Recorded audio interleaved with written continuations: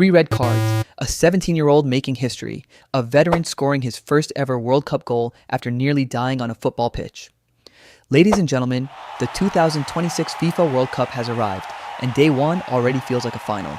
What's up, everyone? Welcome back to the channel. The biggest sporting event on the planet has officially kicked off across North America. 48 teams, 104 matches, 39 days of pure football madness. And trust me, if day one is anything to go by, this tournament is going to be absolutely insane. Let's break down everything that happened.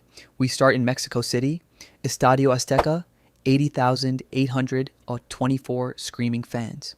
The co-hosts under massive pressure, and they delivered. Just 9 minutes in, Eric Lira intercepts a sloppy clearance, feeds Julian Quinones, and clean finish, Mexico are 1-0 up inside the first 10 minutes. The Azteca erupts, but the real story, Raul Jimenez.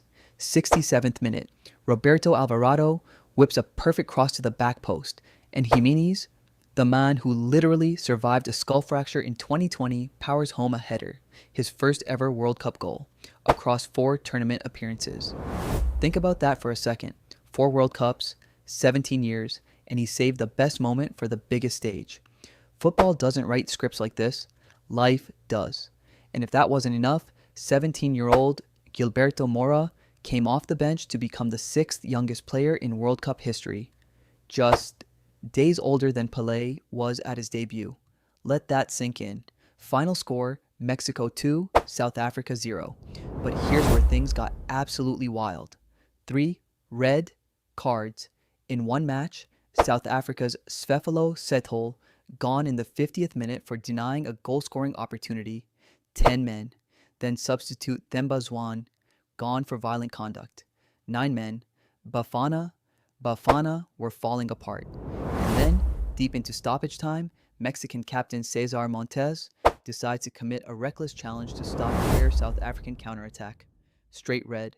Mexico win the game but lose their captain for 3 matches. 1 game, 3 red cards, a World Cup record from the very first fixture. The tournament couldn't have asked for a more dramatic opening act. Now over to Guadalajara, and this one was a comeback story. South Korea versus Czechia. Czechia making their first World Cup appearance since 2006. The first half, honestly, both teams were awful. Fans were booing at halftime. 0 shots on target. It looked dead. But then, 59th minute, Czechia captain Ladislav Krejci rises highest from a long throw-in and thumps a header into the net. 1-0. And that's when South Korea woke up. Hwang In-beom stepped up. 67th minute, a sharp fake shot. 2 Czech defenders completely fooled, and he slots it beautifully into the bottom corner. 1-1, but he wasn't done. 80 minute, Hwang drives down the right, whips in a lethal cross, substitute Oh Hyun-gyu at the back post, 2-1. South Korea complete the comeback. At the end of day one, South Korea and Mexico are both sitting on 3 points at the top of Group A. This group is going to be electric. So that's day one of the 2026 World Cup. And honestly, it already feels like we've had a week's worth of drama.